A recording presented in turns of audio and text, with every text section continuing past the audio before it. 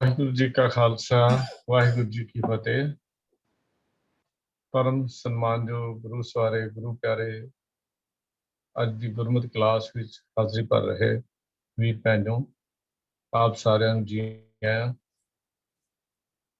ਸਤਿਗੁਰੂ ਦੀ ਅਪਾਰ ਬਖਸ਼ਿਸ਼ ਨਾਲ ਰੱਬੀ ਬਾਣੀ, ਕਰਤੇ ਦੇ ਘਰ ਦੇ ਬੋਲ,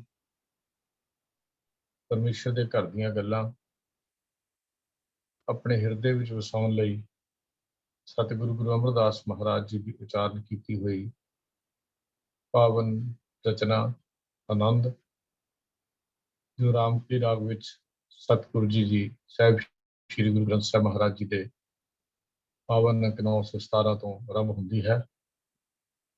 ਉਸ ਦੀ ਲੜੀਵਾਰ ਵਿਚਾਰ ਅਸੀਂ ਕਰ ਰਹੇ ਹਾਂ। ਸਤਿਗੁਰੂ ਜੀ ਦੀ ਬਖਸ਼ਿਸ਼ ਕਿਰਪਾ ਸਦਕਾ ਅੱਜ ਜੋ ਪੌੜੀ ਦੀ ਵਿਚਾਰ ਜਿੱਥੋਂ ਅਸੀਂ ਆਰੰਭ ਕਰਨੀ ਹੈ, ਇਹ ਮਨ ਚੰਚਲਾ ਚਤੁਰਾਈ ਕਿਨੈ ਨਾ ਪਾਇਆ, ਚਤੁਰਾਈ ਪਾਇਆ ਕਿਨੈ ਤੋ ਸੁਣ ਮਨ ਮੇਰਿਆ। ਇਹ ਵਿਚਾਰ ਵੀਰ ਪ੍ਰਭ ਕੀਰਤਨ ਸਿੰਘ ਜੀ ਆਪ ਜੀ ਦੇ ਨਾਲ ਸਾਂਝੀ ਕਰ ਰਹੇ ਹਾਂ। ਬੇਨਤੀ ਕਰ ਰਿਹਾ ਹਾਂ ਵੀਰ ਪ੍ਰਭ ਕੀਰਤਨ ਸਿੰਘ ਜੀ ਨੂੰ ਕਿ ਅੱਜ ਦੀ ਇਹ ਵਿਚਾਰ ਆਰੰਭ ਕਰ। ਵੀਰ ਪ੍ਰਭ ਕੀਰਤਨ ਸਿੰਘ ਜੀ, ਵਾਹਿਗੁਰੂ ਜੀ ਕਾ ਖਾਲਸਾ ਵਾਹਿਗੁਰੂ ਜੀ ਕੀ ਫਤਿਹ। ਵਾਹਿਗੁਰੂ ਜੀ ਇੱਕ ਓੰਕਾਰ ਸਤਿਨਾਮ ਕਰਤਾ ਪੁਰਖ ਨਿਰਭਉ ਨਿਰਵੈਰ ਅਕਾਲ ਮੂਰਤ ਅਜੂਨੀ ਸੈਭੰ ਗੁਰ ਪ੍ਰਸਾਦ। ਵਾਹਿਗੁਰੂ ਜੀ ਕਾ ਖਾਲਸਾ ਵਾਹਿਗੁਰੂ ਜੀ ਕੀ ਫਤਿਹ। ਜਿਵੇਂ ਕਿ ਵੀਰ ਜੀ ਨੇ ਦੱਸਿਆ ਹੈ ਕਿ ਅੱਜ ਅਸੀਂ 10ਵੀਂ ਪੌੜੀ ਦੀ ਵਿਚਾਰ ਤੋਂ ਸ਼ੁਰੂ ਕਰਨਾ ਹੈ ਜੀ। ਆਓ ਸਭ ਤੋਂ ਪਹਿਲਾਂ ਇਸ ਪੌੜੀ ਦਾ ਇੱਕ ਵਾਰੀ ਪਾਠ ਕਰ ਲਈਏ। ਇਹ ਮਨ ਚੰਚਲਾ ਚਤੁਰਾਈ ਕਿਨੈ ਨਾ ਪਾਇਆ, ਚਤੁਰਾਈ ਨਾ ਪਾਇਆ ਕਿਨੈ ਤੂੰ ਸੁਣ ਮਨ ਮੇਰਿਆ। ਇਹ ਮਾਇਆ ਮੋਹਣੀ ਜਿਨ ਏਤ ਭਰਮ ਭੁਲਾਇਆ, ਮਾਇਆ ਤਾਂ ਮੋਹਣੀ ਤਿਨੈ ਕੀਤੀ ਜਿਨ ਠਗੌਲੀ ਪਾਈਆ। ਕੁਰਬਾਨ ਕੀਤਾ ਤਿਸੈ ਵਿਟੋਂ ਜਿਨ ਮੋਹ ਮੀਠਾ ਲਾਇਆ। ਕਹੈ ਨਾਨਕ ਮਨ ਚੰਚਲ ਚਤੁਰਾਈ ਕਿਨੈ ਨਾ ਪਾਇਆ।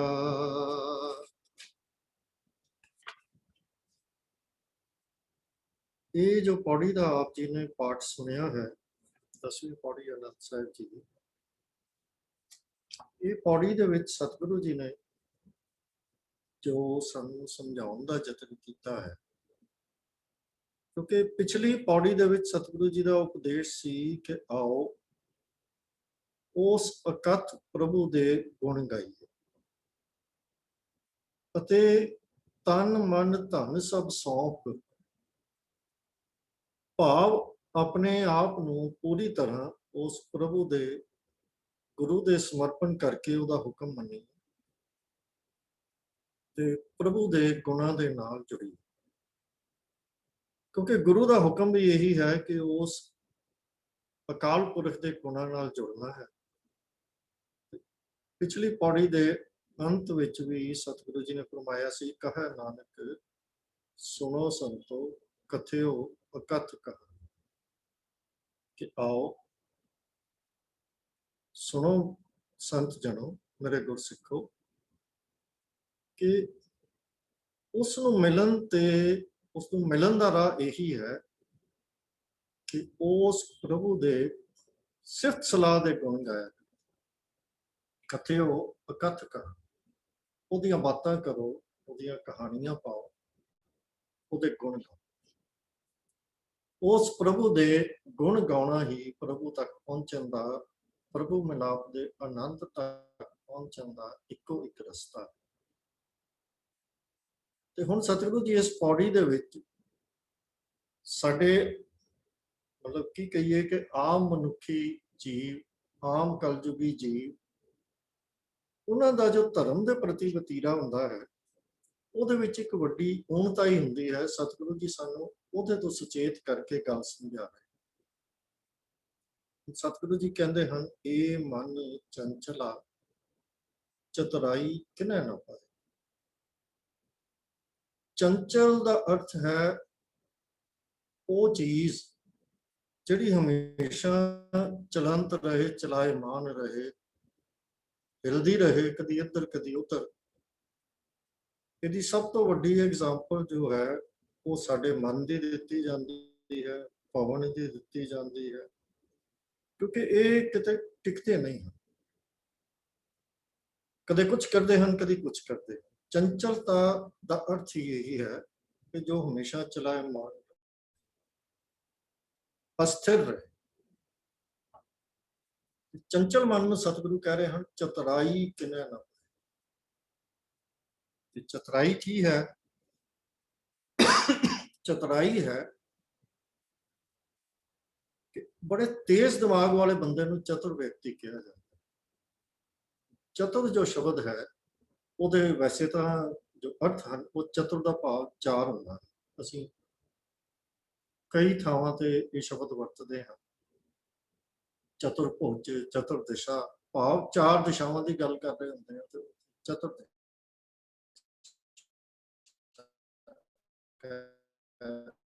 ਹੈ ਕਿਉਂਕਿ ਇੱਕ ਚਤੁਰਵਤੀ ਦਾ ਦਿਮਾਗ ਇੰਨਾ ਤੇਜ਼ ਹੁੰਦਾ ਹੈ, ਕੋਈ ਵੀ ਗੱਲ ਮੂੰਹ ਕੱਢਣ ਤੋਂ ਪਹਿਲੇ ਉਹਦੇ ਸਾਰੇ ਐਸਪੈਕਟ ਦੇਖ ਕੇ ਫਿਰ ਗੱਲ ਕਰਦਾ ਹੈ ਕਿ ਮੈਨੂੰ ਫਾਇਦਾ ਕਿੱਥੇ।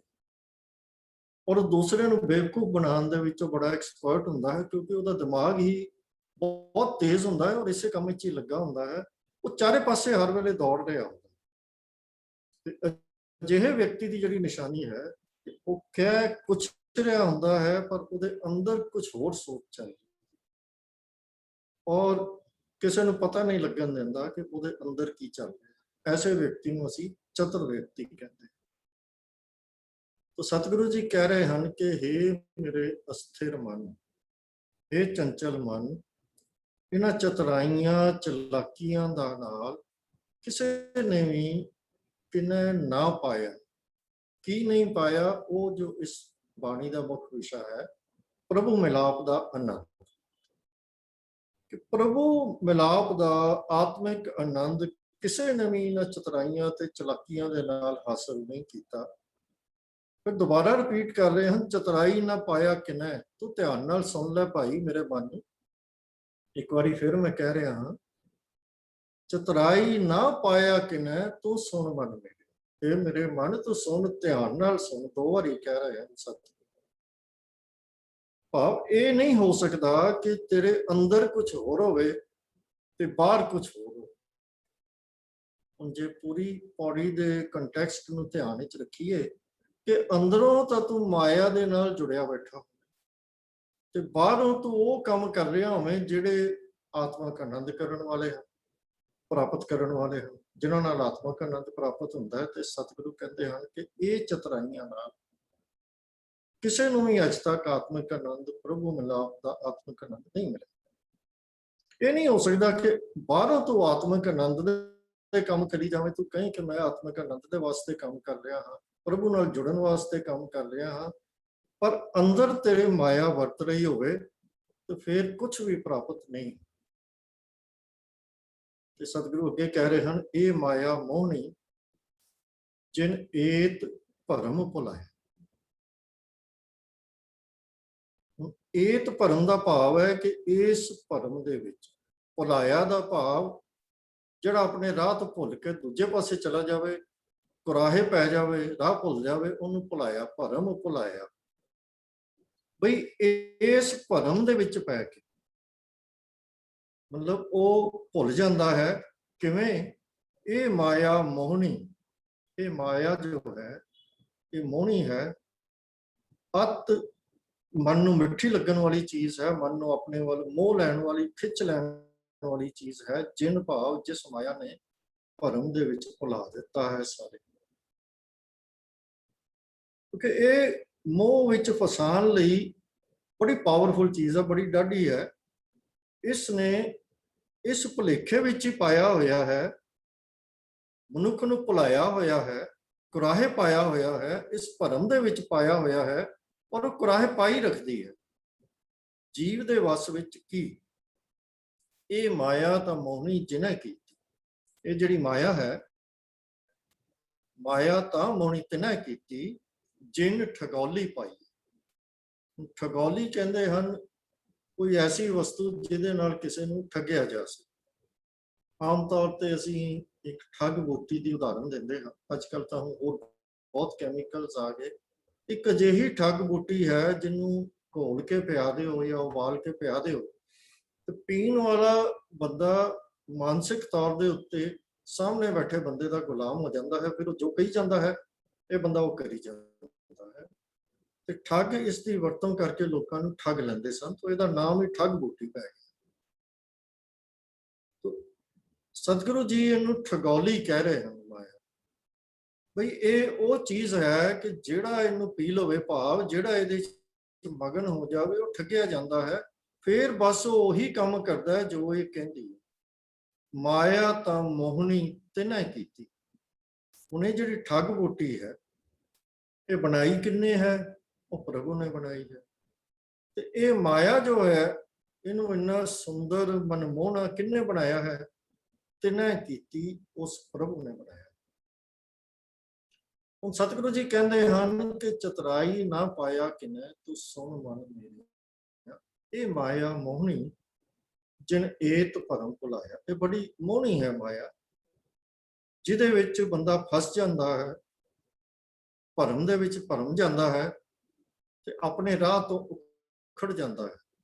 ਭਰਮ ਭੁਲਾਇਆ ਭਾਵ ਕਿਸ ਰਾਹ ਤੋਂ ਉਖੜ ਗਿਆ, ਕਿਵੇਂ ਕੁਰਾਹੇ ਪੈ ਗਿਆ?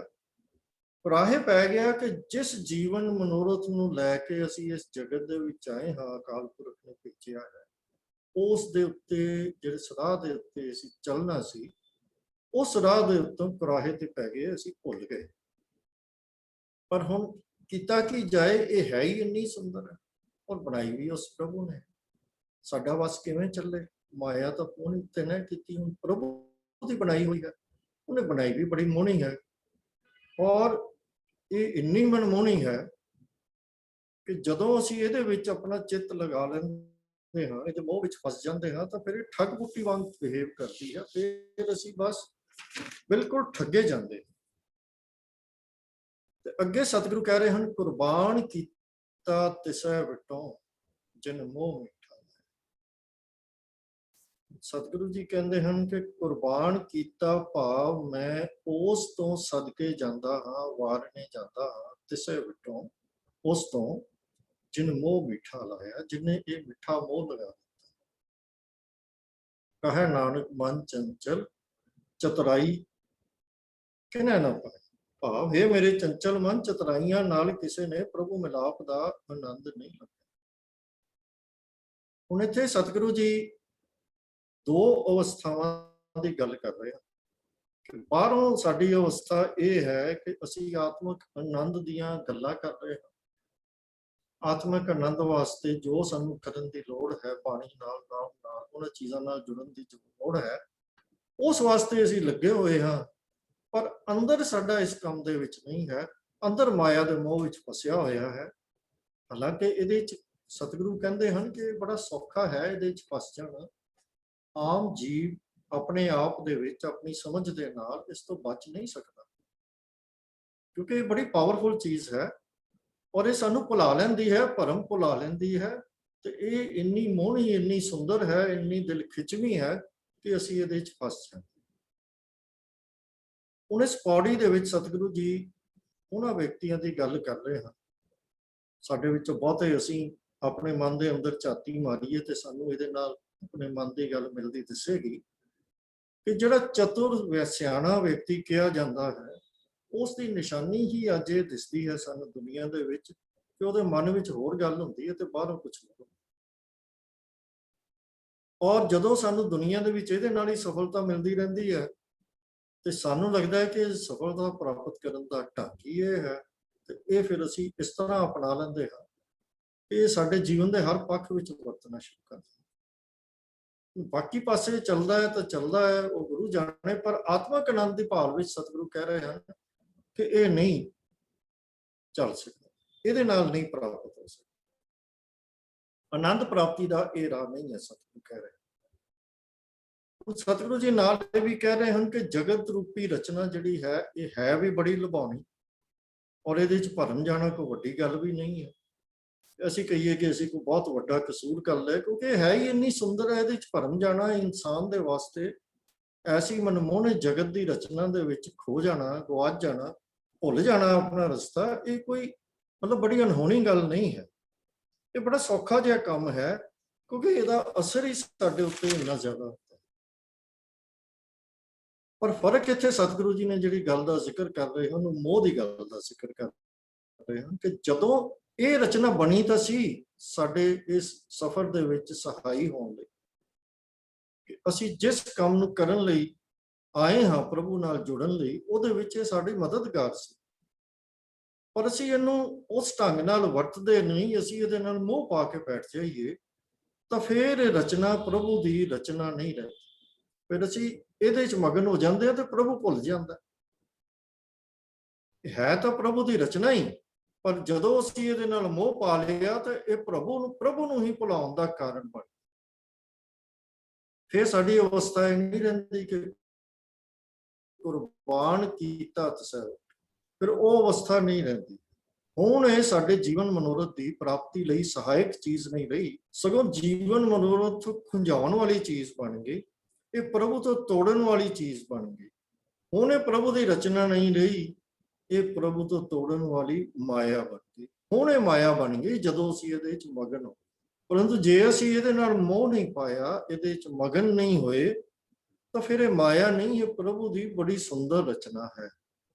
ਉਹ ਚੀਜ਼ ਜਿਹੜੀ ਸਾਡੀ ਸਹਾਇਕ ਸੀ, ਸਾਡੀ ਦਾਸੀ ਸੀ, ਸਾਡੀ ਮਦਦ ਕਰਨ ਵਾਲੀ ਸੀ, ਉਹ ਹੁਣ ਸਾਡੀ ਮਾਲਕਣ ਬਣ ਗਈ ਤੇ ਅਸੀਂ ਇਹਦੇ ਗੁਲਾਮ ਬਣ ਗਏ। ਜਿਹਨੇ ਦਾਸੀ ਬਣਨਾ ਸੀ ਉਹ ਮਾਲਕਣ ਬਣ ਗਈ, ਜਿਹਨੇ ਸਹਾਇਕ ਬਣਨਾ ਸੀ ਉਹ ਰੁਕਾਵਟ ਬਣ ਗਈ, ਜਿਹੜੀ ਮਿੱਤਰ ਬਣਨੀ ਸੀ ਉਹ ਦੁਸ਼ਮਣ ਹੋ ਗਈ। ਤੇ ਫਿਰ ਅਸੀਂ ਇਹਨੂੰ ਕਹਿੰਦੇ ਹਾਂ ਕਿ ਇਹ ਮਾਇਆ ਹੈ।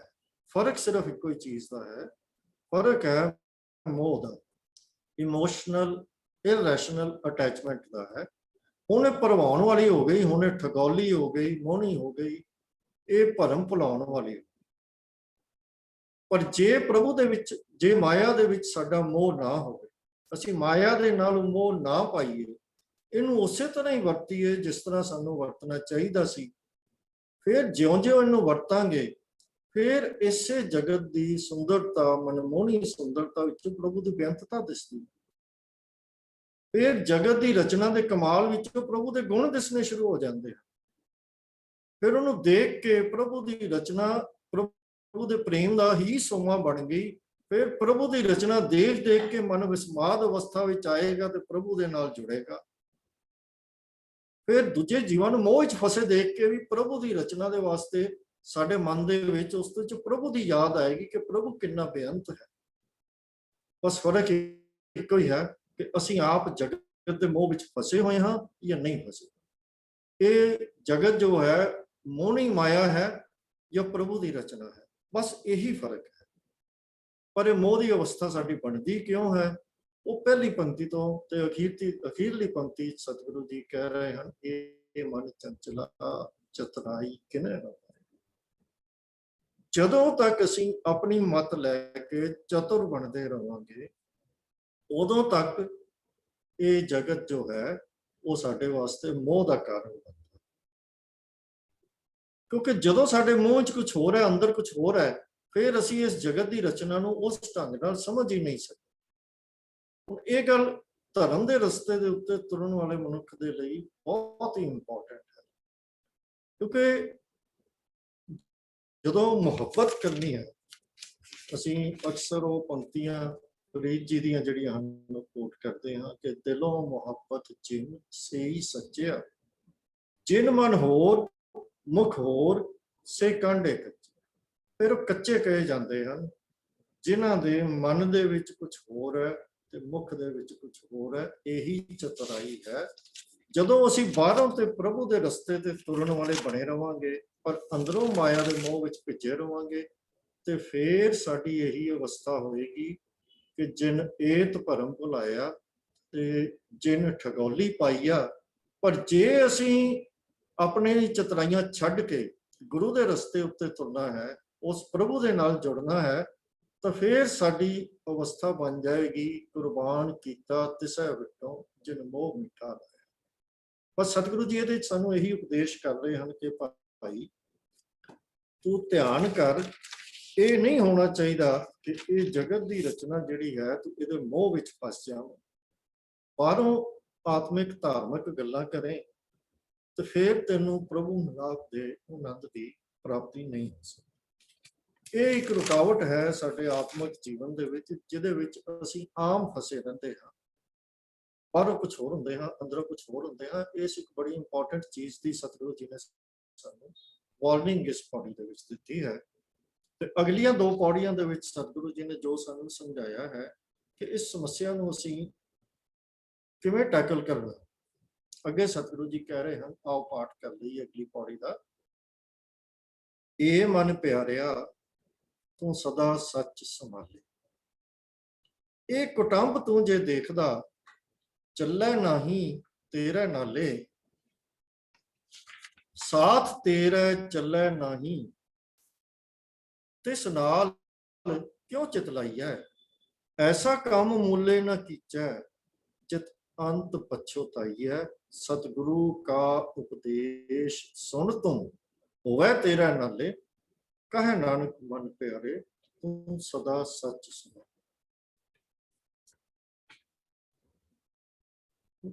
ਇਹ ਮਨ ਪਿਆਰਿਆ ਤੂੰ ਸਦਾ ਸੱਚ ਸੰਭਾਲੇ। ਸੰਭਾਲੇ ਦਾ ਅਰਥ ਹੈ ਇਹ ਮਨ ਤੂੰ ਸੰਭਾਲ ਕੇ ਰੱਖ, ਚੇਤੇ ਰੱਖ। ਇਹ ਮੇਰੇ ਪਿਆਰੇ ਮਨ, ਜੇ ਤੂੰ ਸਦਾ ਆਤਮਿਕ ਆਨੰਦ, ਪ੍ਰਭੂ ਮਿਲਾਪ ਦਾ ਆਤਮਿਕ ਆਨੰਦ ਲੋੜਦਾ ਹੈ, ਤਾਂ ਸਦਾ ਸੱਚੇ, ਸਦਾ ਸੱਚ, ਸਦਾ ਸੱਚੇ ਪ੍ਰਭੂ, ਸਦਾ ਥਿਰ ਪ੍ਰਭੂ ਆਪਣੇ ਅੰਦਰ ਸੰਭਾਲ ਕੇ ਰੱਖ। ਇਹ ਕੁਟੰਬ ਤੂੰ ਜੇ ਦੇਖਦਾ ਚੱਲੇ ਨਹੀਂ ਤੇਰੇ ਨਾਲ। ਇਹ ਜਿਹੜਾ ਪਰਿਵਾਰ ਤੂੰ ਦੇਖ ਰਿਹਾ ਹੈ ਨਾ, ਇਹਨੇ ਤੇਰੇ ਨਾਲ ਨਹੀਂ ਨਿਭਣਾ, ਇਹਨੇ ਇੱਥੇ ਹੀ ਰਹਿ ਜਾਣਾ ਹੈ। ਜਦੋਂ ਤੇਰੀ ਇਹ ਜਜਮੈਂਟ ਹੋਣੀ ਹੈ ਕਿ ਤੂੰ ਆਪਣੇ ਜੀਵਨ ਮਨੋਰਥ ਦੀ ਪ੍ਰਾਪਤੀ ਕੀਤੀ ਹੈ ਤੇ ਸਾਡੇ ਕੁਟੰਬ ਨੇ, ਪਰਿਵਾਰ ਨੇ ਸਾਡੀ ਕੋਈ ਮਦਦ ਨਹੀਂ ਕਰਨੀ। ਹਰ ਇੱਕ ਨੇ ਆਪਣਾ ਆਪਣਾ ਹਿਸਾਬ ਆਪੇ ਦੇਖਣਾ ਕਿ ਮੈਂ ਕਿੱਥੋਂ ਚੱਲ ਕੇ ਆਇਆ ਸੀ, ਇਸ ਜਗਤ ਵਿੱਚ ਮੈਂ ਜਦੋਂ ਆਇਆ ਸੀ ਮੈਂ ਕਿੱਥੇ, ਕਿਸ ਅਵਸਥਾ ਦੇ ਵਿੱਚ ਸੀ, ਤੇ ਹੁਣ ਮੈਂ ਜਦੋਂ ਜਗਤ ਤੋਂ ਜਾ ਰਿਹਾ ਤਾਂ ਮੈਂ ਇਸ ਪੂਰੀ ਜ਼ਿੰਦਗੀ ਦੇ ਵਿੱਚ ਕੀ ਪ੍ਰਾਪਤ ਕੀਤਾ। ਇਹ ਸਾਨੂੰ ਸਪਸ਼ਟ ਪਤਾ ਲੱਗ ਜਾਣਾ ਹੈ। ਤਾਂ ਇਹ ਕੁਟੰਬ ਤੂੰ ਜੇ ਦੇਖਦਾ ਚੱਲੇ ਨਹੀਂ ਤੇਰੇ ਨਾਲ, ਤੇ ਜਦੋਂ ਤੈਨੂੰ ਇਹ ਚਾਨਣ ਹੋਏਗਾ ਕਿ ਤੂੰ ਇੱਥੇ ਕੀ ਪ੍ਰਾਪਤ ਕੀਤਾ ਹੈ, ਉਸ ਵੇਲੇ ਤੇਰੀ ਮਦਦ ਹੋਰ ਕਿਸੇ ਨੇ ਨਹੀਂ ਕਰਨੀ, ਇਹ ਤੈਨੂੰ ਆਪ ਹੀ ਦੇਖਣਾ ਪੈਣਾ। ਸਾਥ ਤੇਰਾ ਚੱਲੇ ਨਹੀਂ ਤਿਸ ਨਾਲ ਕਿਉਂ ਚਿਤਲਾਈ ਹੈ। ਜੇ ਇਹਨੇ ਤੇਰੇ ਨਾਲ ਹੀ ਨਹੀਂ ਚੱਲਣਾ ਤਾਂ ਫਿਰ ਇਹਦੇ ਮੋਹ ਵਿੱਚ ਕਿਉਂ ਫਸਿਆ ਹੋਇਆ। ਚਿੱਤ ਲਾਈ ਹੈ, ਸਤਿਗੁਰੂ ਜੀ ਨੇ ਇੱਥੇ ਸ਼ਬਦ ਵਰਤਿਆ ਹੈ। ਇਹਦਾ ਅਰਥ ਵੀ ਉਹੀ ਹੈ ਜਿਹੜਾ ਪਿਛਲੀ ਪੌੜੀ ਦੇ ਵਿੱਚ ਸਤਿਗੁਰੂ ਜੀ ਨੇ ਮੋਹ ਮਿੱਠਾ ਲਾਇਆ ਦੀ ਗੱਲ ਕੀਤੀ ਸੀ। ਕਿ ਚਿੱਤ ਲਾਉਣ ਦਾ ਮਤਲਬ ਵੀ ਇਹ ਹੈ ਕਿ ਅਸੀਂ ਆਪਣੀ ਸਾਰੀ ਅਟੈਂਸ਼ਨ ਇਹਦੇ ਵਿੱਚ ਹੀ ਲਗਾਈਏ। ਇਹੀ ਇਰੈਸ਼ਨਲ ਅਟੈਚਮੈਂਟ ਹੈ, ਇਮੋਸ਼ਨਲ ਅਟੈਚਮੈਂਟ ਹੈ ਕਿ ਸਾਡਾ ਚਿੱਤ ਇੱਥੇ ਲੱਗ ਗਿਆ। ਸਾਥ ਤੇਰਾ ਚੱਲੇ ਨਾ, ਇਸਨੇ ਨਾਲ ਤਾਂ ਤੇਰੇ ਜਾਣਾ ਨਹੀਂ, ਇਹਨੇ ਤੇਰਾ ਸਾਥ ਨਿਭਾਉਣਾ ਨਹੀਂ। ਜਦੋਂ ਤੈਨੂੰ ਲੋੜ ਪੈਣੀ ਹੈ ਇਹਨੇ ਤੇਰੇ ਨਾਲ ਨਹੀਂ ਆਉਣਾ। ਤੇ ਇਸ ਨਾਲ ਕਿਉਂ ਚਿੱਤ ਲਾਈ ਹੈ, ਤੇ ਫਿਰ ਇਹਦੇ ਨਾਲ ਮੋਹ ਵਿੱਚ ਕਿਉਂ ਫਸਦਾ ਹੈ। ਐਸਾ ਕੰਮ ਮੂਲੇ ਨਾ ਕੀਚਾ, ਮੂਲੇ ਭਾਵ ਬਿਲਕੁਲ ਨਾ ਕੀਚਾ, ਬਿਲਕੁਲ ਨਹੀਂ ਕਰਨਾ ਚਾਹੀਦਾ।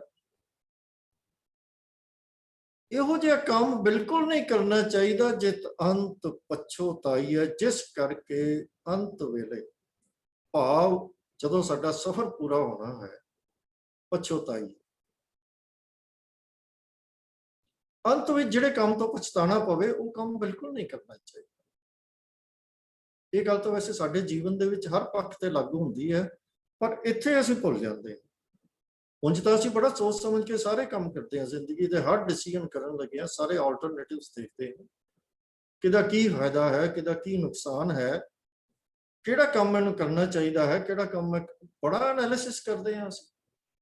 ਕੋਈ ਵੀ ਜ਼ਿੰਦਗੀ ਦੇ ਵਿੱਚ ਫੈਸਲਾ ਕਰਨਾ ਹੁੰਦਾ, ਪਰ ਇੱਥੇ ਅਸੀਂ ਸਭ ਕੁਝ ਭੁੱਲ ਜਾਂਦੇ ਹਾਂ ਤੇ ਉਹੀ ਕੀ ਕੰਮ ਕਰਦੇ ਹਾਂ, ਸਾਥ ਤੇਰਾ ਚੱਲੈ ਨਾਹੀ ਤਿਸ ਨਾਲ ਕਿਉਂ ਚਿਤ ਲਾਈਆ। ਉੱਥੇ ਹੀ ਚਿਤ ਲਾ ਕੇ ਬੈਠ ਜਾਂਦੇ ਆ ਜਿੰਨੇ ਸਾਡਾ ਸਾਥ ਨਹੀਂ ਨਿਭਾਉਣਾ। ਅੱਗੇ ਸਤਿਗੁਰੂ ਕਹਿ ਰਹੇ ਹਨ, ਸਤਿਗੁਰੂ ਕਾ ਉਪਦੇਸ਼ ਸੁਣ ਤੂੰ ਹੋਵੇ ਤੇਰਾ ਨਾਲ, ਕਹੈ ਨਾਨਕ ਮਨ ਪਿਆਰੇ ਤੂੰ ਸਦਾ ਸੱਚ ਸੁਣ। ਕਿ ਹੇ ਮੇਰੇ ਮਨ ਉਸ ਪ੍ਰਭੂ ਦੇ ਨਾਲ ਜੁੜ। ਜਿਵੇਂ ਪਹਿਲੀ ਪੰਕਤੀ ਦੇ ਸਤਿਗੁਰੂ ਜੀ ਨੇ ਫਰਮਾਇਆ ਸੀ, ਇਹ ਮਨ ਪਿਆਰਿਆ ਤੂੰ ਸਦਾ ਸੱਚ ਸੰਭਾਲੇ। ਜੇ ਆਤਮਿਕ ਆਨੰਦ ਨੂੰ ਭਾਲ ਰਿਹਾ ਹੈ ਤਾਂ ਉਸ ਸਦਾ ਥਿਰ ਰਹਿਣ ਵਾਲੇ ਪ੍ਰਭੂ ਨੂੰ ਯਾਦ ਰੱਖ। ਤੇ ਹੁਣ ਵੀ ਸਤਿਗੁਰੂ ਕਹਿ ਰਹੇ ਹਨ ਕਿ ਸਤਿਗੁਰੂ ਕਾ ਉਪਦੇਸ਼ ਸੁਣ ਤੂੰ ਹੋਵੇ ਤੇਰਾ ਨਾਲ। ਆਪਣੇ ਗੁਰੂ ਦਾ, ਸਤਿਗੁਰੂ ਦਾ ਇਹਦੀ ਸਿੱਖਿਆ ਤੂੰ ਧਿਆਨ ਨਾਲ ਸੁਣ ਤੇ ਇਹਨੂੰ ਸਦਾ ਆਪਣੇ ਚੇਤੇ ਦੇ ਵਿੱਚ ਰੱਖ। ਹੋਵੇ ਤੇਰਾ ਨਾਲ, ਇਹਨੂੰ ਆਪਣੇ ਮਨ ਦੇ ਵਿੱਚ ਸਦਾ ਸੰਭਾਲ ਕੇ ਰੱਖ, ਸਦਾ ਚੇਤੇ ਰੱਖ, ਇਹਦੇ ਉੱਤੇ ਅਮਲ ਕਰ। ਕਹੈ ਨਾਨਕ ਮਨ ਪਿਆਰੇ ਤੂੰ ਸਦਾ ਸੱਚ ਸੰਭਾਲ।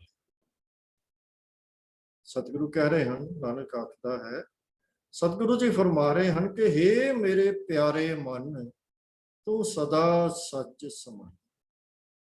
ਕਿ ਤੂੰ ਉਸ ਸਦਾ ਥਿਰ ਪ੍ਰਭੂ ਸੱਚ ਨੂੰ ਹਰ ਵੇਲੇ ਆਪਣੇ ਅੰਦਰ ਸੰਭਾਲ ਕੇ। ਪਿਛਲੀ ਪੌੜੀ ਨਾਲੋਂ ਇੱਕ ਫਰਕ ਤਾਂ ਸਾਨੂੰ ਪਹਿਲਾਂ ਹੀ ਦਿਸ ਜਾਣਾ ਚਾਹੀਦਾ ਹੈ ਕਿ ਪਿਛਲੀ ਪੌੜੀ ਦੇ ਵਿੱਚ ਸਤਿਗੁਰੂ ਜਦੋਂ ਸਾਡੇ ਨਾਲ ਗੱਲ ਕਰ ਰਹੇ ਹਨ, ਉਦੋਂ ਸਤਿਗੁਰੂ ਜੀ ਸ਼ਬਦ ਸਾਨੂੰ ਐਡਰੈਸ ਕਰਨ ਲਈ ਕੀ ਵਰਤ ਰਹੇ ਹਨ ਕਿ ਇਹ ਮਨ ਚੰਚਲਾ ਚਤੁਰਾਈ, ਸਾਨੂੰ ਚੰਚਲ ਮਨ ਕਹਿ ਰਹੇ। ਹੁਣ ਸਤਿਗੁਰੂ ਕੀ ਕਹਿ ਰਹੇ ਹਨ, ਇਹ ਮਨ ਪਿਆਰਿਆ। ਹੁਣ ਅਸੀਂ ਪਿਆਰੇ ਹੋ ਗਏ ਹਾਂ, ਅਸੀਂ ਗੱਲ ਸੁਣਨੀ ਸ਼ੁਰੂ ਕਰ ਦਿੰਦੇ ਹਾਂ ਤਾਂ ਫਿਰ ਗੁਰੂ ਪਿਆਰੇ ਹੋ। ਬਸ ਇੰਨਾ ਹੀ। ਜਦੋਂ ਤਲਾਈਆਂ ਦੇ ਵਿੱਚ ਲੱਗੇ ਹਾਂ ਫਿਰ ਮਨ ਚੰਚਲਾ। ਹੁਣ ਜਦੋਂ ਅਸੀਂ ਸੁਣਨੀ ਸ਼ੁਰੂ ਕਰ ਦਈਏ ਤੇ ਨਾਲ ਸਾਨੂੰ ਗੱਲ ਸਮਝਾ ਰਹੇ ਹਨ, ਇਹ ਮਨ ਪਿਆਰਿਆ ਤੂੰ ਸਦਾ ਸੱਚ ਸੰਭਾਲ। ਇਹ ਮੇਰੇ ਪਿਆਰੇ, ਹੁਣ ਸਾਨੂੰ ਪਿਆਰਾ ਮਨ ਹੋ ਗਿਆ। ਉਹ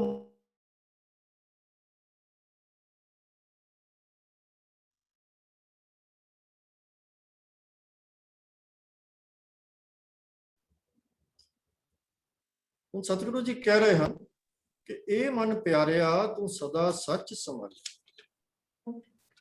ਹੁਣ ਸਤਿਗੁਰੂ ਜੀ ਨੇ ਇੱਕ ਤਾਂ ਸਾਡੇ ਨਾਲ ਗੱਲ ਕਰਨ ਦਾ, ਸਾਡੇ ਮਨ ਨੂੰ ਸਮਝਾਉਣ ਲਈ ਜੋ ਸ਼ਬਦ ਵਰਤ ਰਹੇ ਹਨ, ਸਾਨੂੰ ਕਹਿ ਰਹੇ ਹਨ, ਉਹ ਮਨ ਪਿਆਰੇ ਦੀ ਗੱਲ ਕਰ ਰਹੇ ਹਨ ਕਿ ਆਨੰਦ ਪ੍ਰਾਪਤੀ ਦਾ ਇੱਕੋ ਇੱਕ ਸਾਧਨ ਹੈ ਉਸ ਪ੍ਰਭੂ ਦੇ ਨਾਲ ਜੁੜਨਾ।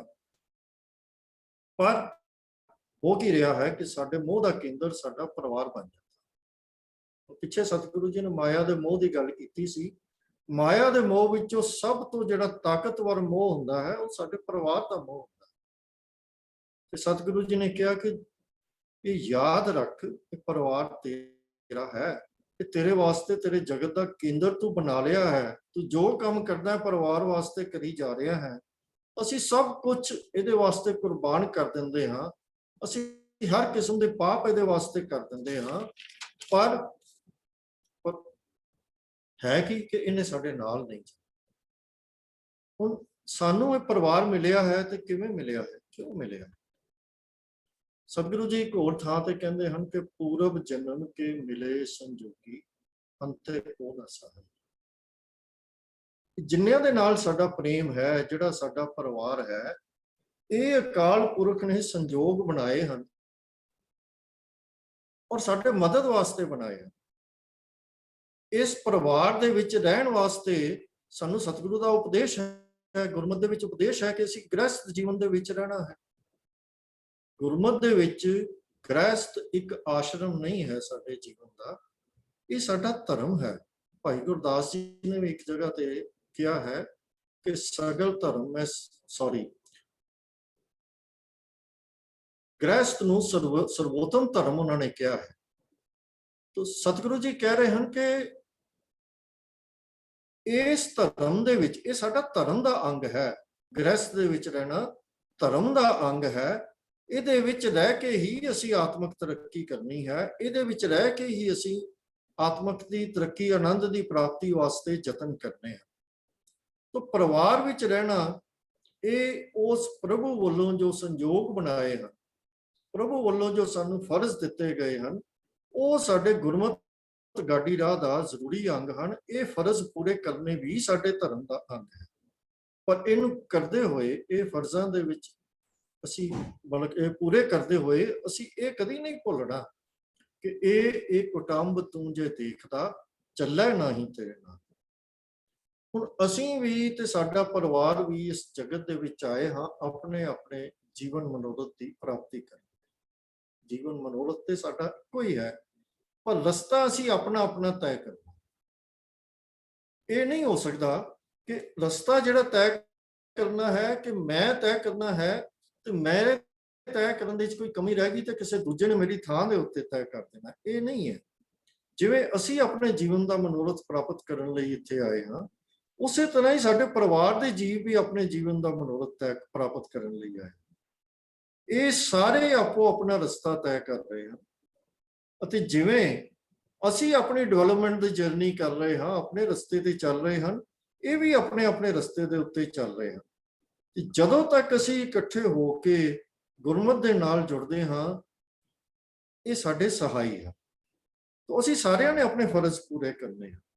ਜਿਵੇਂ ਜਗਤ ਸਤਿਗੁਰੂ ਨੇ ਪਿਛਲੀ ਪੌੜੀ ਵਿੱਚ ਸਮਝਾਇਆ ਸੀ ਕਿ ਉਹੀ ਜਗਤ ਜੋ ਸਾਡਾ ਸਹਾਇਕ ਸੀ, ਜਿਹਨੂੰ ਦੇਖ ਕੇ ਸਾਡੇ ਅੰਦਰ ਪ੍ਰਭੂ ਦੇ ਵਾਸਤੇ ਪਿਆਰ ਪੈਦਾ ਹੋਣਾ ਚਾਹੀਦਾ ਸੀ, ਉਹ ਜਦੋਂ ਮੋਹ ਪੈ ਗਿਆ ਤਾਂ ਉਹੀ ਜਗਤ ਫਿਰ ਮਾਇਆ ਦਾ ਰੂਪ ਲੈ ਜਾਂਦਾ ਹੈ।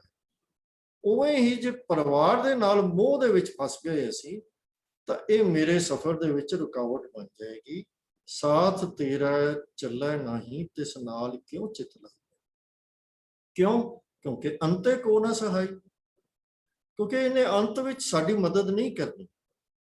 ਤਾਂ ਇਸ ਕਰਕੇ ਸਾਡਾ ਚਿੱਤ ਜਿਹੜਾ ਹੈ ਉਹ ਪਰਿਵਾਰ ਨਾਲ ਨਹੀਂ। ਸਤਿਗੁਰੂ ਕਹਿ ਰਹੇ ਹਨ ਕਿ ਤਿਸ ਨਾਲ ਕਿਉਂ ਚਿੱਤ ਲਾਈ ਹੈ। ਚਿੱਤ ਸਾਡਾ ਪਰਿਵਾਰ ਵੱਲ ਨਹੀਂ, ਸਾਡਾ ਚਿੱਤ ਜਿਹੜਾ ਹੈ ਉਹ ਕਰਤਾਰ ਨਾਲ ਲੱਗਣਾ ਚਾਹੀਦਾ। ਪਰ ਹੁਣ ਇਹ ਕੀਤਾ ਕਿਵੇਂ ਜਾਏ? ਅੱਗੇ ਸਤਿਗੁਰੂ ਕਹਿ ਰਹੇ ਹਨ ਕਿ ਸਤਿਗੁਰੂ ਕਾ ਉਪਦੇਸ਼ ਸੁਣ ਤੂੰ ਹੋਵੇ ਤੇਰਾ ਨਾਲ।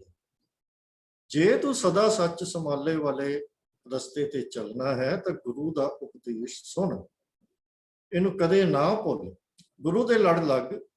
ਔਰ ਇਹ ਜੋ ਬੜੀ ਵੱਡੀ ਮੁਸ਼ਕਿਲ ਦਿਸ ਰਹੀ ਹੈ ਤੈਨੂੰ ਕਿ ਇਸ ਨੂੰ ਕਿਵੇਂ ਹੱਲ ਕੀਤਾ ਜਾਵੇ, ਫਿਰ ਉਹ ਸੌਖੀ ਹੋ ਜਾਵੇ। ਇਸ ਪਰਿਵਾਰ ਦੇ ਵਿੱਚ ਰਹਿੰਦਿਆਂ ਤੇਰੀ ਆਤਮਿਕ ਤਰੱਕੀ ਦਾ ਰਾਹ ਬੜਾ ਸੌਖਾ ਹੋ ਜਾਵੇਗਾ। ਪਰ ਉਹ ਰਾਹ ਕਿਵੇਂ ਹੈ? ਸਤਿਗੁਰੂ ਜੀ ਕਹਿ ਰਹੇ ਹਨ ਕਿ ਸਤਿਗੁਰੂ ਕਾ ਉਪਦੇਸ਼ ਸੁਣ ਤੂੰ ਹੋਵੇ ਤੇਰਾ ਨਾਲੇ। ਭਾਵ ਕਿ ਗੁਰੂ ਦੇ ਲੜ ਲੱਗ ਜਾ, ਗੁਰੂ ਦੇ ਰਸਤੇ ਦੱਸੇ ਰਸਤੇ ਦੇ ਉੱਤੇ ਤੁਰਨਾ ਸ਼ੁਰੂ ਕਰ ਦੇ। ਉਹ ਕੰਮ ਛੱਡ ਦੇ ਜਿਹੜਾ ਸਤਿਗੁਰੂ ਜੀ ਨੇ ਪਹਿਲੀ ਪੌੜੀ ਦੇ ਵਿੱਚ ਕਿਹਾ ਸੀ, ਕਹੈ ਨਾਨਕ ਮਨ ਚੰਚਲ ਚਤੁਰਾਈ ਕਿਨੈ ਨਾ ਪਾਇਆ। ਆਪਣੇ ਮਨ ਦੀਆਂ ਚਤੁਰਾਈਆਂ ਛੱਡ ਦੇ, ਆਪਣੀ ਚੰਚਲਤਾ ਨੂੰ ਛੱਡ ਦੇ ਤੇ ਗੁਰੂ ਦੇ ਉਪਦੇਸ਼ ਦੇ ਉੱਤੇ ਚੱਲਣਾ ਸ਼ੁਰੂ ਕਰ। ਫਿਰ ਗੁਰੂ ਦੇ ਉਪਦੇਸ਼ ਦੇ ਉੱਤੇ ਚੱਲ ਕੇ ਸਦਾ ਸੱਚ ਸੰਭਾਲੇ ਦੇ ਰਸਤੇ ਉੱਤੇ ਚੱਲ। ਇਹ ਰਸਤਾ ਹੈ ਪ੍ਰਭੂ ਦੇ ਮਿਲਾਪ ਦੇ ਸਦੀਵੀ ਆਨੰਦ ਦੀ ਪ੍ਰਾਪਤੀ। ਕੁਟੰਬ ਦੇ ਵਿੱਚ ਖਚਤ ਨਹੀਂ ਹੋਣਾ। ਜਿਵੇਂ ਜਗਤ ਦੇ ਮੋਹ ਨੂੰ ਨਹੀਂ ਪਾਲਣਾ, ਤਿਵੇਂ ਪਰਿਵਾਰ ਦੇ ਮੋਹ ਨੂੰ ਨਹੀਂ ਪਾਲਣਾ। ਅਗਲੀ ਪੌੜੀ ਸਤਿਗੁਰੂ ਜੀ ਇਸੇ ਚੀਜ਼ ਦੇ ਉੱਤੇ ਸਾਨੂੰ ਹੋਰ ਸਮਝਾ ਰਹੇ ਹਨ। ਅਗਲੀ ਪੌੜੀ ਸਤਿਗੁਰੂ ਜੀ ਫਰਮਾ ਰਹੇ ਹਨ, ਅਗਮ ਅਗੋਚਰਾ ਤੇਰਾ ਅੰਤ ਨਾ ਪਾਇਆ, ਅੰਤੋਂ ਨਾ ਪਾਇਆ ਕਿਨੈ ਤੇਰਾ। ਆਪਣਾ ਆਪ ਤੂੰ ਜਾਣ ਹੈ। ਜੀ ਜੰਤ ਸਭ ਖੇਲ ਤੇਰਾ, ਕਿਆ ਕੋ ਆਖ ਵਖਾਣੇ। ਆਖੈ ਤਾਂ ਵੇਖੈ ਸਭ ਤੂੰ ਹੈ, ਜਿਨ ਜਗਤ ਉਪਾਇਆ। ਕਹੈ ਨਾਨਕ ਤੂੰ ਸਦਾ ਅਗੰਮ ਹੈ, ਤੇਰਾ ਅੰਤ ਨਾ ਪਾਇਆ। ਹੁਣ ਸਤਿਗੁਰੂ ਜੀ ਇੱਥੇ ਕੀ ਸਾਨੂੰ ਸਮਝਾ ਰਹੇ ਹਨ? ਕਿਉਂਕਿ ਪਿਛਲੀ ਪੌੜੀ ਵਿੱਚ ਸਤਿਗੁਰੂ ਜੀ ਨੇ ਸਾਨੂੰ ਕਿਹਾ ਸੀ ਕਿ ਸਤਿਗੁਰੂ ਕਾ ਉਪਦੇਸ਼ ਸੁਣ। ਹੁਣ ਸਤਿਗੁਰੂ ਜੀ ਉਹ ਦੱਸ ਰਹੇ ਹਨ, ਸਾਨੂੰ ਅੱਗੇ ਸਮਝਾ ਰਹੇ ਹਨ। ਸਤਿਗੁਰੂ ਜੀ ਕਹਿ ਰਹੇ ਹਨ, ਅਗੰਮ ਅਗੋਚਰਾ ਅਗੰਮ ਦਾ ਮਤਲਬ ਹੈ ਉਹ ਪ੍ਰਭੂ ਜਿਹਦੇ ਤੱਕ ਪਹੁੰਚਿਆ ਨਹੀਂ ਜਾ ਸਕਦਾ। ਅਗੋਚਰਾ ਦਾ ਅਰਥ ਹੈ ਜਿੱਥੇ ਤੱਕ ਗਿਆਨ ਇੰਦਰੀਆਂ ਦੀ ਵੀ ਪਹੁੰਚ ਨਹੀਂ ਹੋ ਸਕਦੀ, ਭਾਵ ਸਾਨੂੰ ਉਹਦੇ ਬਾਰੇ ਪੂਰੀ ਅੰਡਰਸਟੈਂਡਿੰਗ ਕਦੇ ਵੀ ਨਹੀਂ ਹੋ ਸਕਦੀ। ਕਹਿਣ ਤੋਂ ਭਾਵ ਕਿ ਉਹ ਅਕਾਲ ਪੁਰਖ ਜੋ ਹੈ ਉਹ ਅਪਹੁੰਚ ਹੈ, ਅਸੀਂ ਉਹਦੇ ਤੱਕ ਜਾ ਨਹੀਂ ਸਕਦੇ, ਉਹਨੂੰ ਸਮਝ ਨਹੀਂ ਸਕਦੇ, ਉਹ ਅਪਹੁੰਚ ਹੈ। ਇਹ ਅਗੰਮ ਅਗੋਚਰ ਪ੍ਰਭੂ ਤੇਰਾ ਅੰਤ ਨਾ ਪਾਏ। ਉਹ ਸਦਾ ਥਿਰ ਪ੍ਰਭੂ ਜਿਹਦੇ ਬਾਰੇ ਸਤਿਗੁਰੂ ਜੀ ਕਹਿ ਰਹੇ ਨੇ ਕਿ ਤੇਰਾ ਅੰਤ ਨਾ ਪਾਇਆ, ਜਿਹਦੇ ਵਾਸਤੇ ਪਿੱਛੇ ਸਤਿਗੁਰੂ ਜੀ ਨੇ ਆਖਰੀ ਪੰਕਤੀ ਦੇ ਵਿੱਚ ਕਿਹਾ ਸੀ, ਤੂੰ ਸਦਾ ਸੱਚ ਸੰਭਾਲੇ, ਕਿ ਉਸ ਸਦਾ ਥਿਰ ਪ੍ਰਭੂ ਨੂੰ, ਇਹ ਮਨ ਪਿਆਰੇ, ਇਹ ਮੇਰੇ ਮਨ, ਤੂੰ ਆਪਣੇ ਅੰਦਰ ਉਹਨੂੰ ਸੰਭਾਲ ਕੇ ਰੱਖ, ਉਹਨੂੰ ਚੇਤੇ ਵਿੱਚ ਰੱਖ। ਹੁਣ ਸਤਿਗੁਰੂ ਜੀ ਕਹਿ ਰਹੇ ਹਨ ਕਿ ਉਸ ਪ੍ਰਭੂ ਨਾਲ ਕਿਵੇਂ ਅਸੀਂ ਸਾਂਝ ਪਾਉਣੀ, ਸਾਂਝ ਪਾਉਣੀ ਹੈ। ਅਸੀਂ ਉਸ ਪ੍ਰਭੂ ਦੇ ਅੱਗੇ ਟੈ ਪੈਣਾ ਹੈ, ਉਹਦੇ ਅੱਗੇ ਅਰਜ਼ੋਈਆਂ ਕਰਨੀਆਂ ਹਨ, ਬੇਨਤੀਆਂ ਕਰਨੀਆਂ ਹਨ। ਕੀ ਬੇਨਤੀਆਂ ਕਰਨੀਆਂ ਹਨ? ਕਿ ਪਹੁੰਚ ਪ੍ਰਭੂ, ਇਹ ਇੰਦਰੀਆਂ ਦੀ ਪਹੁੰਚ ਤੋਂ ਹੀ ਪਰੇ ਰਹਿਣ ਵਾਲੇ ਪ੍ਰਭੂ, ਤੇਰੇ ਗੁਣਾਂ ਦਾ ਅੰਤ ਨਹੀਂ ਕਿਸੇ ਨੇ ਪਾਇਆ, ਅੱਜ ਤੱਕ ਅੰਤੋਂ ਨਾ ਪਾਇਆ ਕਿਨੇ ਤੇਰਾ, ਆਪਣਾ ਆਪ ਤੂੰ ਜਾਣ, ਤੇਰਾ ਅੰਤ ਕਿਸੇ ਨੇ ਨਹੀਂ ਪਾਇਆ। ਤੇਰਾ ਆਪਣਾ ਆਪ, ਆਪਣਾ ਆਪ ਦਾ ਭਾਵ ਤੇਰਾ ਅਸਲ ਸਰੂਪ ਕੀ ਹੈ, ਕੇਵਲ ਤੂੰ ਹੀ ਜਾਣਦਾ। ਤੇਰਾ ਅਸਲ ਸਰੂਪ ਕੀ ਹੈ ਉਹ ਸਿਰਫ ਤੂੰ ਹੀ ਜਾਣਦਾ ਹੈ। ਤੇਰੇ ਗੁਣਾਂ ਦਾ ਅੰਤ ਹੋਰ ਕਿਸੇ ਨੇ ਨਾ ਅੱਜ ਤੱਕ ਪਾਇਆ ਹੈ, ਨਾ ਕੋਈ ਪਾ ਸਕਦਾ। ਹੋਰ ਕੋਈ ਜੀਵ ਤੇਰਾ ਅੰਤ ਨਹੀਂ ਲੱਭ ਸਕਦਾ।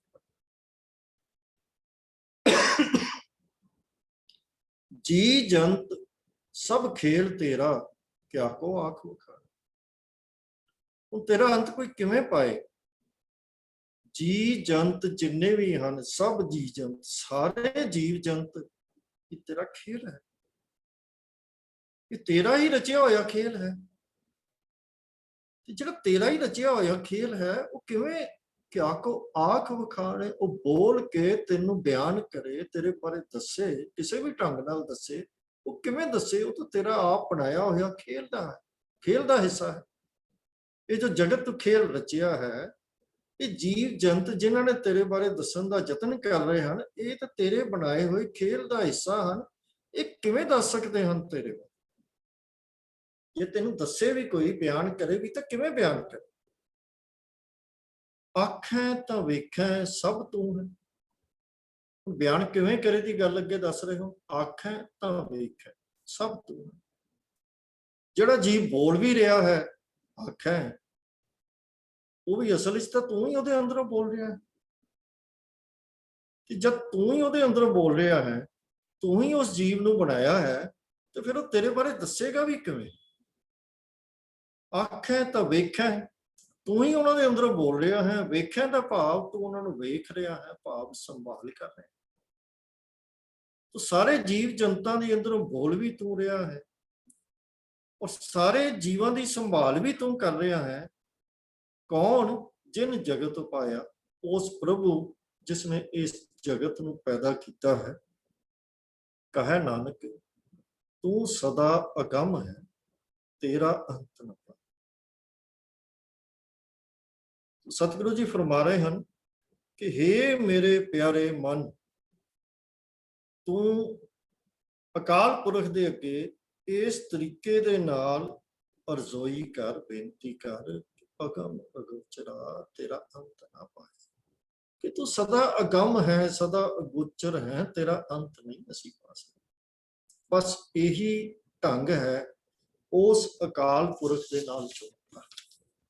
ਸਤਿਗੁਰੂ ਜੀ ਪਹਿਲੀ ਪੌੜੀ ਜਿਹੜੀ ਆਪਾਂ ਅੱਜ ਵਿਚਾਰ ਕੀਤੀ ਸੀ, ਉਹ ਸਾਡੀ ਉਸ ਅਵਸਥਾ ਤੋਂ ਸਤਿਗੁਰੂ ਜੀ ਸਾਨੂੰ ਨਾਲ ਲੈ ਕੇ ਤੁਰੇ ਸਨ। ਇਹ ਮਨ ਚੰਚਲਾ ਚਤੁਰਾਈ ਕਿਵੇਂ ਨਾ ਪਾਇਆ। ਇੱਕ ਚੰਚਲ ਤੇ ਚਤੁਰ ਮਨ ਨੂੰ ਉਹਨਾਂ ਨੇ ਸਮਝਾਉਣਾ ਸ਼ੁਰੂ ਕੀਤਾ ਹੈ, ਤੇ ਸਮਝਾਉਂਦੇ ਸਮਝਾਉਂਦੇ ਆਪਣਾ ਰਾਹ ਦੱਸਦੇ ਹੋਏ ਸਾਨੂੰ ਇੱਥੇ ਤੱਕ ਲੈ ਆਏ ਹਨ ਕਿ ਉਹ ਮਨ ਜਿਹੜਾ ਚੰਚਲ ਸੀ, ਭਾਈ ਤੂੰ ਉਹਨੂੰ ਇਸ ਤਰ੍ਹਾਂ ਦਾ ਬਣਾ ਕਿ ਤੂੰ ਅਕਾਲ ਪੁਰਖ ਦੇ ਦਰ ਤੇ, ਗੁਰੂ ਦੇ ਦਰ ਤੇ ਟਹਿ ਪੈ, ਅਰਜ਼ੋਈਆਂ ਕਰ, ਆਪਣੀ ਮੱਤ ਨੂੰ ਛੱਡ, ਆਪਣੀ ਹਉਮੈ ਨੂੰ ਛੱਡ, ਆਪਣੀ ਚਤੁਰਾਈਆਂ ਨੂੰ ਛੱਡ, ਚੰਚਲਤਾ ਨੂੰ ਛੱਡ ਤੇ ਉਹਦੇ ਅੱਗੇ ਬੇਨਤੀਆਂ ਕਰ ਕਿ ਇਹ ਵਾਹਿਗੁਰੂ ਤੇਰਾ ਅੰਤ ਨਹੀਂ ਅਸੀਂ ਪਾ ਸਕਦੇ, ਅਸੀਂ ਤਾਂ ਤੇਰੇ ਬਣਾਏ ਹੋਏ ਜੀਵ ਹਾਂ, ਸਾਡੇ ਅੰਦਰੋਂ ਵੀ ਤੂੰ ਹੀ ਬੋਲ ਰਿਹਾ ਤੇ ਅਸੀਂ ਤੇਰੇ ਬਾਰੇ ਕੀ ਚਤੁਰਾਈਆਂ ਦੇ ਨਾਲ ਆਪਣੀਆਂ ਨਾਲ ਤੇਰੇ ਬਾਰੇ ਦੱਸਣਾ ਹੈ, ਜਾਂ ਤੇਰੇ ਨਾਲ ਮਿਲਾਪ ਅਸੀਂ ਕਿਵੇਂ ਪ੍ਰਾਪਤ ਕਰਨਾ ਹੈ, ਅਸੀਂ ਇਹ ਕਿੱਥੇ ਅੰਤ ਪਾ ਸਕਦੇ ਹਾਂ ਤੇਰੇ ਨਾਲ ਜੁੜਨ ਦਾ, ਤੂੰ ਆਪ ਹੀ ਕਿਰਪਾ ਕਰ,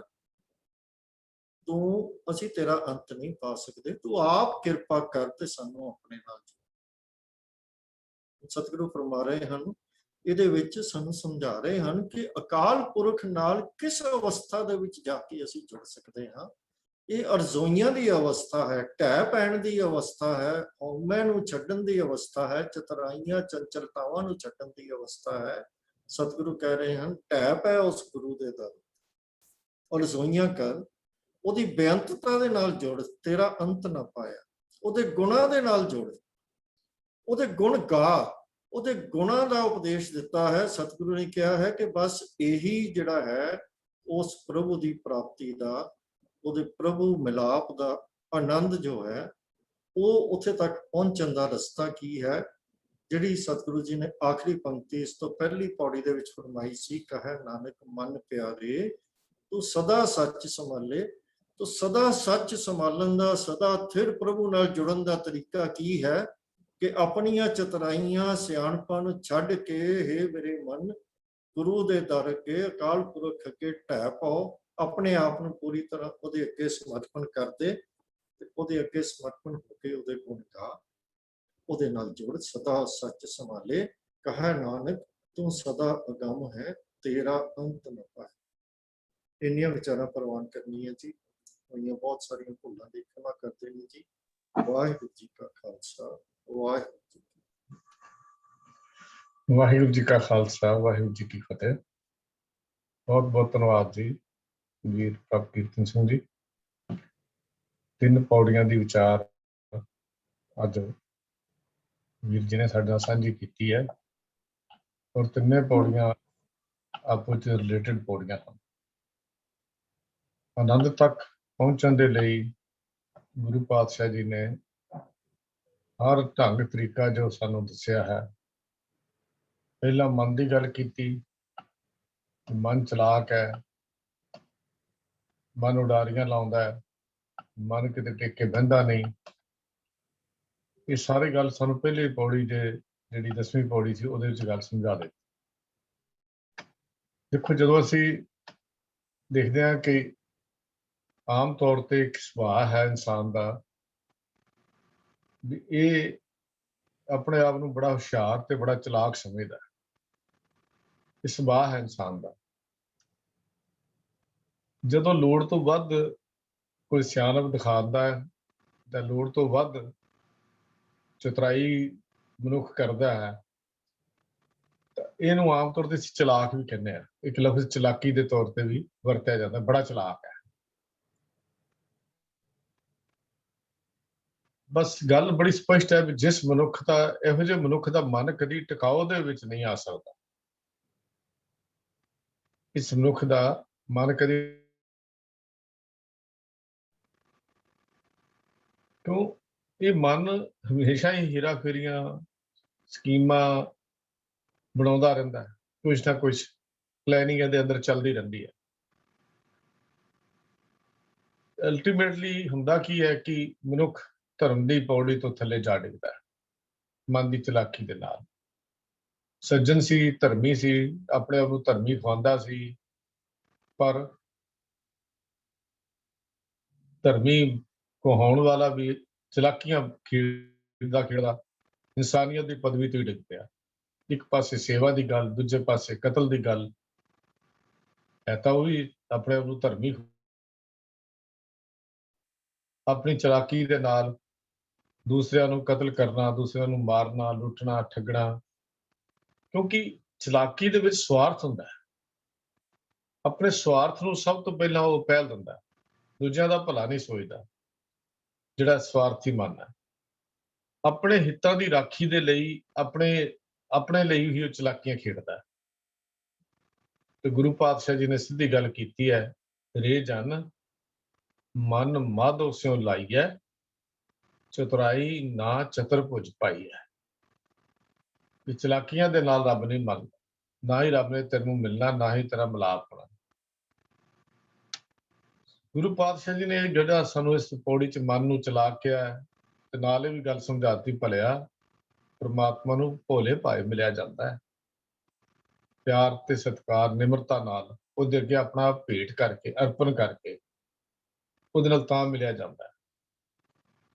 ਹੁਣ ਅਗਲੀ ਗੱਲ, ਜਿੱਥੇ ਮਨ ਨੂੰ ਚਲਾ ਕੇ ਆ, ਅਗਲੇ ਮਨ ਨੂੰ ਪਿਆਰਾ ਕਹਿ ਦਿੱਤਾ। ਕਹਿੰਦੇ ਭਲਿਆ ਲੈ ਸਮਝ ਗੱਲ, ਚੰਗੀ ਤਰ੍ਹਾਂ ਸਮਝ ਲੈ ਵੀ ਜਿਨ੍ਹਾਂ ਦੇ ਲਈ ਤੂੰ ਚਲਾਕੀਆਂ ਕਰਦਾ ਹੈ, ਜਿਨ੍ਹਾਂ ਦੇ ਲਈ ਤੂੰ ਚਲਾਕੀਆਂ ਖੇਡਦਾ ਹੈ, ਜਿਨ੍ਹਾਂ ਦੇ ਲਈ ਪਰਿਵਾਰ ਲਈ, ਕੁਟੁੰਬ ਲਈ, ਆਸ-ਪਾਸ ਲਈ ਤੂੰ ਸਭ ਕੁਝ ਕਰ ਰਿਹਾ ਹੈ, ਇਹਨਾਂ ਨੇ ਤੇਰੇ ਨਾਲ ਜਾਣਾ ਕੋਈ ਨਹੀਂ। ਚੱਲਿਆ ਸੁਣ ਬਾਵਰੇ, ਤੂੰ ਕਾਏ ਦੇਖ ਭੁਲਾਨਾ, ਕਿਉਂ ਭੁੱਲ ਗਿਆ ਇਹ ਦੇਖ ਦੇਖ ਕੇ ਚੀਜ਼ਾਂ।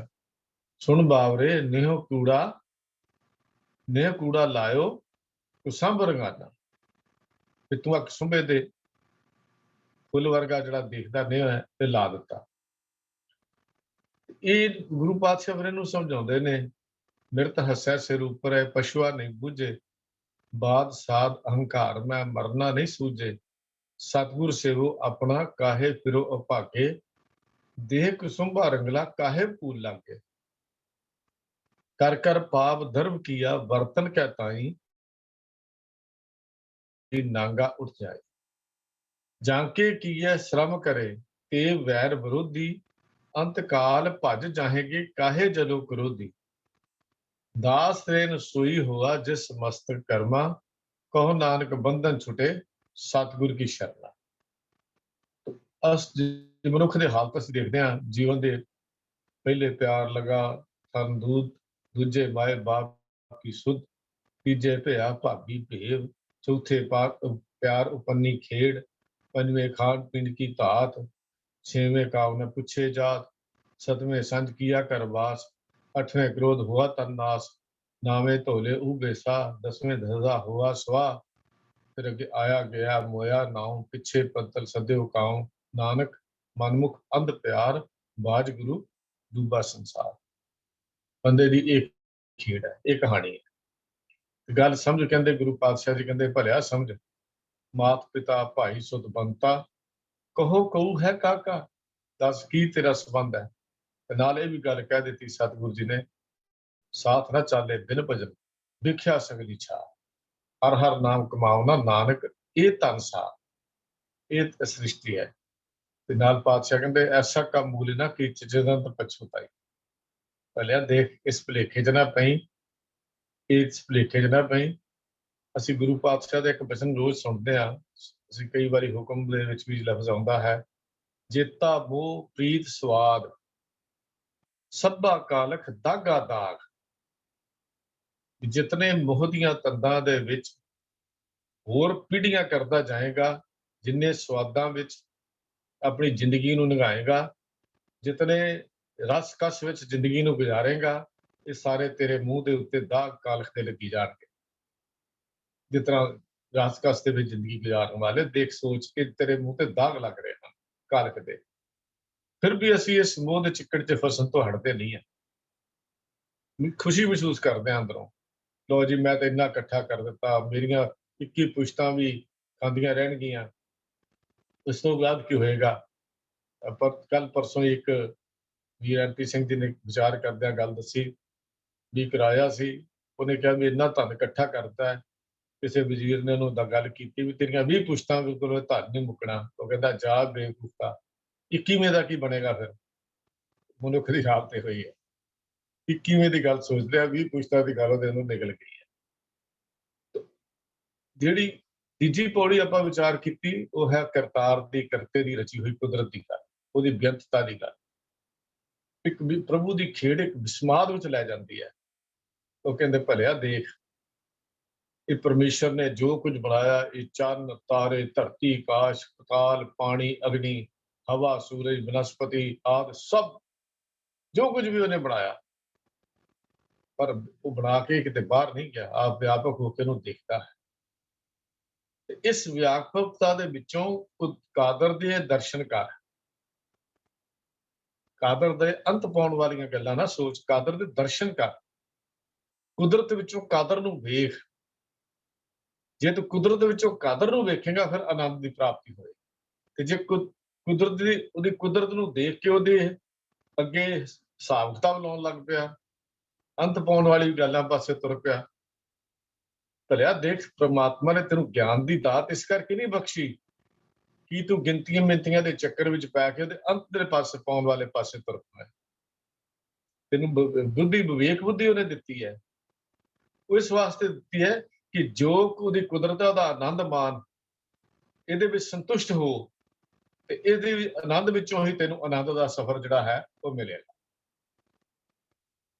ਉਸ ਮਾਲਕ ਦੀ ਜਿਹੜੀ ਸੀਮਾ ਲੱਭਣੀ, ਹੱਦ ਬੰਨਾ ਲੱਭਣਾ ਤੇਰੇ ਵੱਸ ਦੀ ਗੱਲ ਨਹੀਂ ਹੈ। ਬਸ ਇੱਕੋ ਗੱਲ ਕਰ, हे ਮਾਲਕ ਤੂੰ ਅਗੰਮ ਅਗੋਚਰਾ, ਤੇਰਾ ਅੰਤ ਨਾ ਪਾਇਆ, ਤੇਰਾ ਅੰਤ ਨਹੀਂ ਪਾ ਸਕਦਾ। ਤੂੰ ਆਦ ਅਨੀਲ ਅਨਾਦ ਅਨਾਥ ਜੁਗ ਜੁਗ ਇੱਕੋ ਵੇਸ ਹੈ। ਦੱਸ ਤੇਰਾ ਅੰਤ ਕਿਵੇਂ ਪਾਈਏ, ਕਿਵੇਂ ਲੱਭੀਏ? ਲੱਭਿਆ ਜਾ ਵੀ ਨਹੀਂ ਸਕਦਾ। ਤੋ 3 ਪੌੜੀਆਂ ਦੀ ਵਿਚਾਰ ਅੱਜ ਅਸੀਂ ਸਰਵਣ ਕੀਤੀ ਹੈ। ਤੇ ਮੈਂ ਬਹੁਤ ਬਹੁਤ ਧੰਨਵਾਦੀ ਹਾਂ ਵੀਰ ਪ੍ਰਭ ਕੀਰਤਨ ਸਿੰਘ ਨੇ, ਬੜੇ ਸੌਖੇ ਸ਼ਬਦਾਂ ਦੇ ਵਿੱਚ ਉਹਨਾਂ ਨੇ ਸਾਰੀ ਗੱਲ ਸਾਨੂੰ ਇਸ ਸਮੇਂ ਸਮਝਾ ਦਿੱਤੀ।